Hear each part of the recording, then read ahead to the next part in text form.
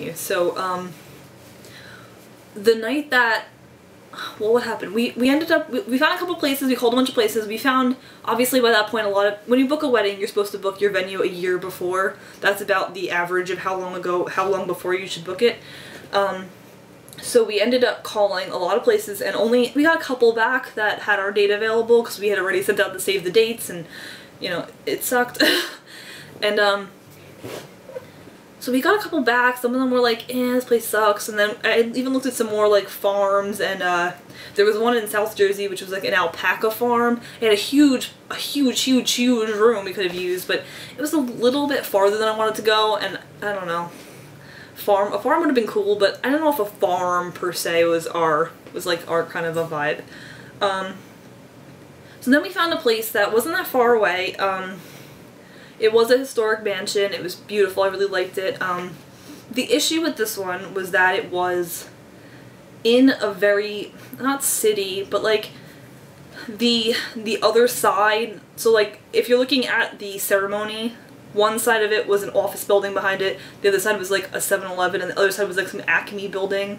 So it was kind of like in like, not an industrial area, but like it was a highly populated and very like highly traveled area, and you could hear the cars like driving by and stuff. And from getting married in the woods to getting married in a spot like that, it's like, you know, that's a little impersonal to me. Like, it's not as private, I guess is a better word. So that, we liked the place enough though, we were gonna go with it. And they called, so we were like ready to book it. We're like, we're gonna call you tomorrow. Literally, I was like, we'll call you tomorrow, let you know 100%. We got home and I was like, you know what? Let's just go with it. I don't want to do this anymore. I'm tired of this. You know, it sucks having to do this. I'm okay with that place. It's really pretty on the inside. There's enough pretty areas for pictures, and when you're in that spot, in that moment, you won't even realize. It'll be fine. So I emailed the guy back. I want to say like, oh, you know what it was? We went there Saturday night, and I said I'd email him, I'd call him by Monday.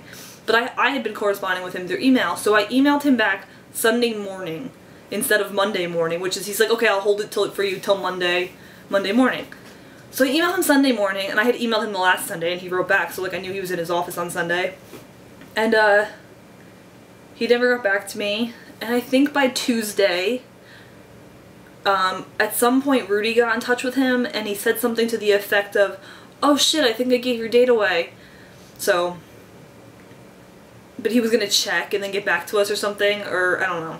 So anyway, he gave our date away and would never answer our emails. He would not answer any emails, any phone calls. After he said that to Rudy, said he would check. He never got back to us. So I guess he gave our date away, which again ended up being for the best. So I'm not, you know, I'm not upset that didn't work out.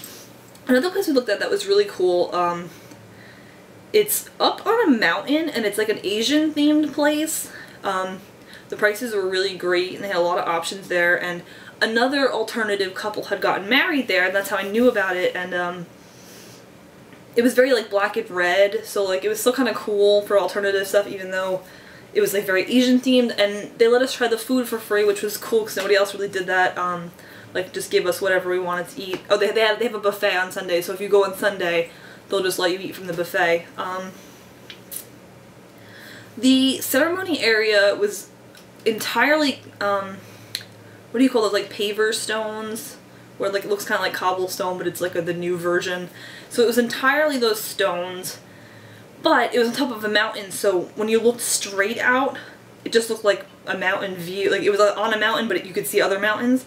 But if you like stood up a little, like on your tippy toes, you saw just like highways and industrial shit, all that was down below. And I don't know, again, from getting married in the middle of the woods to getting married essentially above a highway, it didn't work for me. I couldn't see it. I just couldn't see it. And they had like that fake grass stuff with like the part of the aisle, and I was like, I can't do fake grass. That's just not what I want. Had I had a different vision, it could have been great, and I'd still, anyone of my friends that get married, I still recommend this place because the guy who worked there was really awesome, and like I said, they let you try the food, and the food was good, and he was okay with like black tablecloths and renting it for you, and And it's a good place for an alternative person to get married. You can definitely work with it and give it an alternative vibe. So it was a good place, it just wasn't for us. But the night after the last place I mentioned we came to the realization that he had given our date away, we spent, I think, like 6 hours or something, I don't remember what it was hours, making phone calls. We called every single place. And the funny thing was that I had kind of had an area in mind that I wanted to get married at, and that was like my idea from before we got engaged, was like this general area I wanted to get married in. But Rudy didn't, there's like a major bridge you have to cross to get there, and Rudy wasn't thrilled with that idea of having to cross that bridge. But at this point it was like, hey, we gotta start looking over there because we've kind of, you know, done all of New Jersey now, all of, you know, travelable New Jersey, and we have to figure something out here. So I think we opened up that section of that area, and I think we called like almost every single place that would pick up, you know, everyone that would pick up the phone. And then we ended up at the place where we did end up getting married. We called them, and it was weird because I had briefly looked in there in case there was anything amazing, and I don't remember seeing this place, and I probably think it's because it wasn't listed when I first looked. We called and somebody answered right away, which was good because at that point it was like late at night. And he said to us, it's like, oh, don't worry, we definitely have your date open, you know, we definitely have your date open. I'm gonna send you an email, I think it was like, email me and I'll call you back tomorrow, whatever it was like totally like worry-free, don't worry, we can absolutely accommodate you, we can totally help you, whatever your price is, don't worry about it, come and see us next weekend, you know, you don't have to rush and get over here tomorrow, you don't have to take off work and rush to get over here, no, I'm not gonna give your date away, I'm not gonna do anything. And then we had even told him how like somebody gave her how the last person had given her date away. And actually, I forgot to mention, but there was another place in there, and the same thing happened again. We didn't go see it, but I had talked to the lady, and I was like, hey, I think we're gonna, you know, book this place. It was an hour away, and we had to wait till the weekend to get there, so she ended up giving away our date before we could get there, and it was like just amazing that that happened twice. But anyway, so we went there on Saturday morning, and we quickly realized, and you know, we're told that basically what the deal was that they had been under construction, and I don't like this spot. Okay, so that they had been under construction, and that was, you know, why they had so many dates open. And it was cool because they actually kind of like let me look around, and it was we ended up getting married at a historic mansion, and it was a creepy old building, and a lot of it actually still now hasn't been touched at all, so it's still a creepy old building, and a lot of it, I mean, you would never know if you went to the restaurant because it's an extremely high-end restaurant, and it's actually like in the, what is it, it's some famous New York, like, magazine or newspaper or whatever, like, rated this place really high, and ever since then, like, it's like 2 months to get a reservation there for dinner, so it's like a really, really high-end place. I don't know how we ended up getting married at such a high-end place, but it was great. But the upstairs is still creepy, so so he showed us around, he let me see all the creepy spots, and all the, you know, finished spots, and all the almost finished spots, and kind of telling what they were planning on doing, and whatnot. So we ended up, you know, going into the office talking about the money. By this point, my bangs are weird there.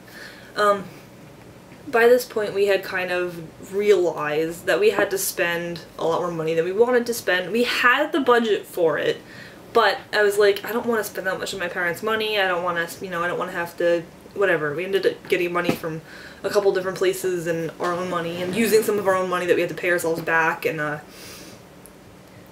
you know, it ended up working out okay though. We did end up having to spend, basically our budget, the entire budget is basically what we ended up spending, but we got an amazing, amazing wedding, and it was basically because this was a new place and they were trying to get weddings, so we were the third wedding that they ended up having after they opened, and they opened in March, and our wedding was in October, so there's only 2 other weddings from March to October, and you know, so they basically wanted us. We were like, you know, they wanted our wedding. So we got a lot of really good deals. And that's basically that. The wedding was amazing. Everything worked out perfect. It was so amazing not having to do every little thing ourselves. I never ever could have done it. After like going through the wedding day and seeing how everything was like put together for me, like so many things happened that like I didn't even see and I didn't even realize, I didn't even remember or think about, and somebody was on top of it for me, and it was, oh, the freedom of having someone else do it for you was absolutely worth every cent that we spent. Like absolutely worth it. So if you can afford it, I would definitely recommend getting married somewhere that the work can be done for you. And when you, at the end of your wedding day, all you have to pack up is the stuff that you brought. And I mean, I did do a lot of DIY. I did all my centerpieces myself, which obviously then I have to take all the centerpieces home. But, you know, if you have a florist, that's not really your problem. You can kind of just leave them there. You can throw them out. You can let the guests take them home. You know, some people will, like, put a sticky note or something under the plate, under one plate, and then that person wins the centerpiece. Like, stuff like that. There's ways to get rid of your centerpieces and your decorations. Sorry. If you don't want to take it home. But I kind of wanted mine. I bought, like, apothecary jars, and I wanted them for my house, and I still haven't actually un-centerpieced them to put them in my house yet, but I will eventually, and I plan to, you know, use them around the house. So I think that that's kind of that part of sort of my, you know, my experience with venues and stuff. Now, I still kind of want to talk about how to get a better price at the venue that you choose, but this has gotten really long, so I'm going to make a second video about that. So I'm probably just going to keep talking and cut it up.